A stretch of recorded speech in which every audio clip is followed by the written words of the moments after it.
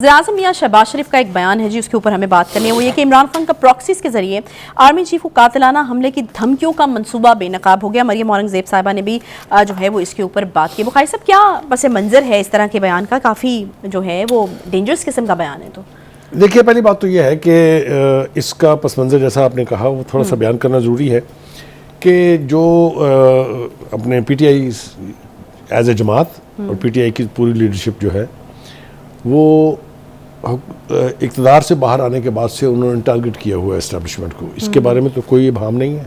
अच्छा, हर किस्म के बयानात देते हैं, हर मलबा जन बाजवा पे डाला हुआ है। एक कंसिस्टेंट कैंपेन है बाजवा के। Is that right? जबकि पूरी दुनिया जानती है कि वो उनके बेनिफैक्टर्स थे जिनकी वजह से वो इक़्तिदार की मसनद पर विराजमान हुए थे। इसमें भी अब कोई शुबा नहीं रह गया, पूरी हकीकतें खुल गई हैं। इस कैंपेन के 3 पहलू हैं। एक पहलू ये है कि जो PTI की लीडरशिप यहाँ बैठ के बयान देती है। दूसरा इसका पहलू ये है कि जो ये सोशल मीडिया पर खुद देते हैं बयानात, इनके लीडर के इंटरव्यूज, सारा कुछ। और तीसरा पहलू इसका ये है कि जो इनके सोशल मीडिया हैंडलर्स हैं या इनके जो सपोर्टर्स हैं वो वहाँ से बैठ के किस किस किस्म के अनगार्डेड, टोटली अनवारंटेड किस्म के बयानात जारी करते हैं। ये बैकग्राउंड होगी। ठीक। अब इसमें एक इंटरव्यू होता है 2 ऐसे लोगों के बीच जो इस रिजीम के भी और इस एस्टेब्लिशमेंट के भी नोन खिलाफ है। मेरे ख्याल से बहुत ज्यादा राज की जरूरत नहीं है, नाम ले लेते हैं उनका, शाहीन सबाई साहब और मोहित पीरजादा साहब। ये अपने आप को समझते हैं कि ये विक्टिम है एस्टेब्लिशमेंट के। शाहीन सबाई साहब का मामला इससे भी लंबा है। उनकी पहली लड़ाई हुई थी जनरल मुशर्रफ के दौर में। अच्छा। जब उन्होंने यहाँ से जाके अमेरिका में एक इलेक्ट्रिक पेपर, जिसको कहते हैं इलेक्ट्रॉनिक पेपर, वो निकाला था साउथ एशिया ट्रिब्यून के नाम से, और वहाँ से बैठ के उन्होंने फौज के खिलाफ कैंपेन की थी और राज्य की थी।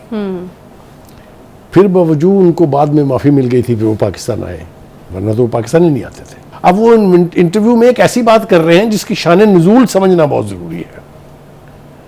वो अपनी एक ट्वीट में फरमाते हैं शाहीन सबाई साहब कि मैं 1968 में एक जलसे में गया जहां उस वक्त के मिलिट्री डिक्टेटर जो बैठे थे COS, और एक लड़के ने वहां गोली चला दी, वो मेज के नीचे छुप गए। आप मुझे बताएं आम हालात में इस बयान की जरूरत क्या है? नहीं तो बुखारी साहब, ये आउट ऑफ नोवेयर ये बयान आ गया या बकायदा इंटरव्यू चला हुआ है। अच्छा। इंटरव्यू रिकॉर्ड पे है, मौजूद है, हमने भी देखा है आज। मैं ये कह रहा हूं कि मैंने बैकग्राउंड इसीलिए उनकी बयान की है। वो अगर ये बयान देंगे तो कनोटेशंस आपको फिर पता चल जानी चाहिए कि इसके अंदर क्या है। तो थ्रेट है इसके अंदर। उस थ्रेट का नोटिस लिया है जनाब प्राइम मिनिस्टर साहब ने।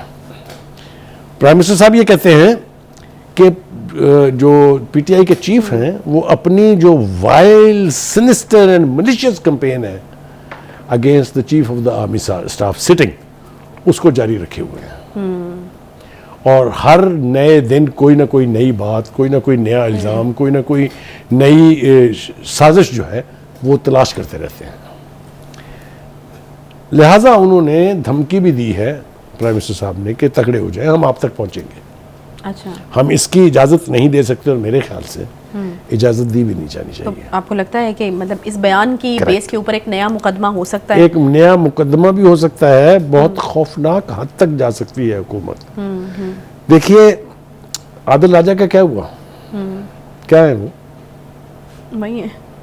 लेकिन वो जो उनका यूट्यूबर चैनल था, हाँ, वो तो ऑब्वियसली हो गया ना।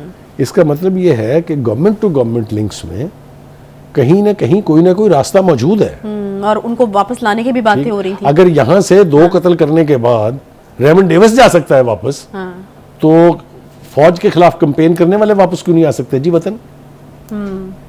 हालांकि इस तरफ कोई इशारा नहीं है, मैं आपको वैसे कह रहा हूँ। अच्छा।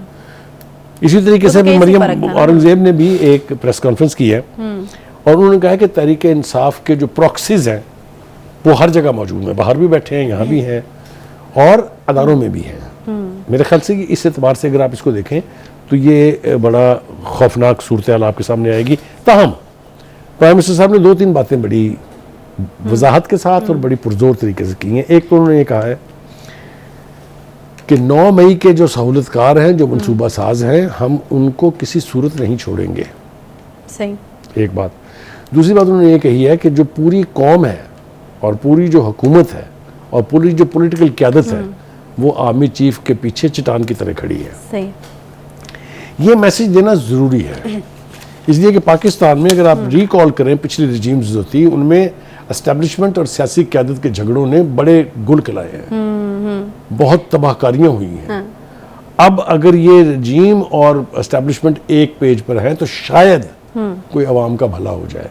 मरियम औरंगज़ेब ने बड़ी एक अहम बात कही है, उसने कहा कि अगर इस बयान के नतीजे में मुल्क में कहीं दहशत गर्दी हुई, कहीं से मुराद आप कोर्ट्स में है, तो उसके जिम्मेदार यही लोग होंगे।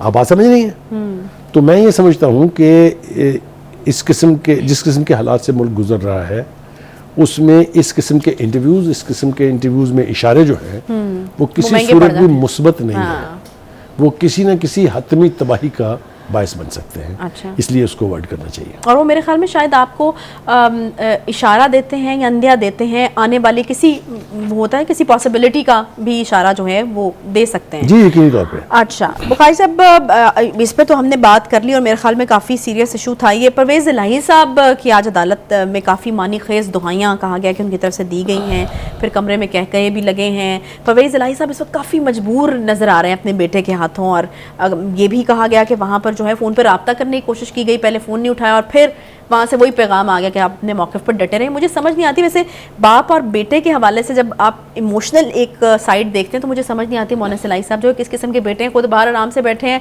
और परवेज़ इलाही साहब की वाकई जो सोर्सेज बताते हैं उनकी हालत अच्छी नहीं है, उनकी सहूलियात नहीं दी गई, वो मुश्किल में हैं, वो बीमार हैं और वो तकलीफ़ में हैं, लेकिन मोनिस इलाही साहब डटे हुए हैं। और देखिए पहली बात तो यह है कि एक आज खबर चलाई गई है, मुझे उसे जाली कहते हुए बड़ी अजीब सा फील हो रहा है, क्योंकि वो एक इंतहाई ज़िम्मेदार चैनल और उस इंतहाई ज़िम्मेदार चैनल के एक इंतहाई ज़िम्मेदार शख्स की तरफ से अच्छा। वो खबर दी गई है। वो है कि जी चौधरी शुजात साहब आज फिर मिले हैं चौधरी परवेज़ इलाही से। तो मैंने कहा इससे पहले कि हम भी इसी लहर में बह जाएं, तो मैंने फिर बात की चौधरी सालक साहब से जो चौधरी साहब के बेटे हैं। अच्छा। और उन्होंने कैटेगोरिकली डिनाई किया कि कोई इस किस्म की मुलाकात आज या कल या परसों हुई है। उनका ख्याल था कि बहुत पहले ईद से एक मुलाकात हुई थी, लेकिन ये मुलाकात बिल्कुल कहीं ना हुई है, ना इसका कोई तज़किरा है, लिहाजा हम इसमें इससे आगे नहीं जाते हैं। लेकिन जिस तरफ आप इशारा कर रही हैं कि अदालत में जो कुछ हुआ, मुझे एक अपने बहुत ही मेरे मेंटर हैं वो एक तरीके से, उनका एक कॉल है कि जब बाप का जूता बेटे को पूरा आ जाए तो फिर गेम जो है वो अगली जनरेशन के हाथों में चली जाती है। अच्छा। तो मैं कहना ये चाह रहा हूँ कि अब मेरे ख्याल से काफ लीग की जो सियासत है उसके मुस्तकबिल के फैसले जो हैं वो शायद चौधरी साहब ने खुद से अपने बेटे मोनिस इलाही को मुंतकिल कर दिए, और ऐसे मुंतकिल किए हैं कि अब वो हर फैसला जो है उन पर छोड़ के उसकी पैरवी करते हैं।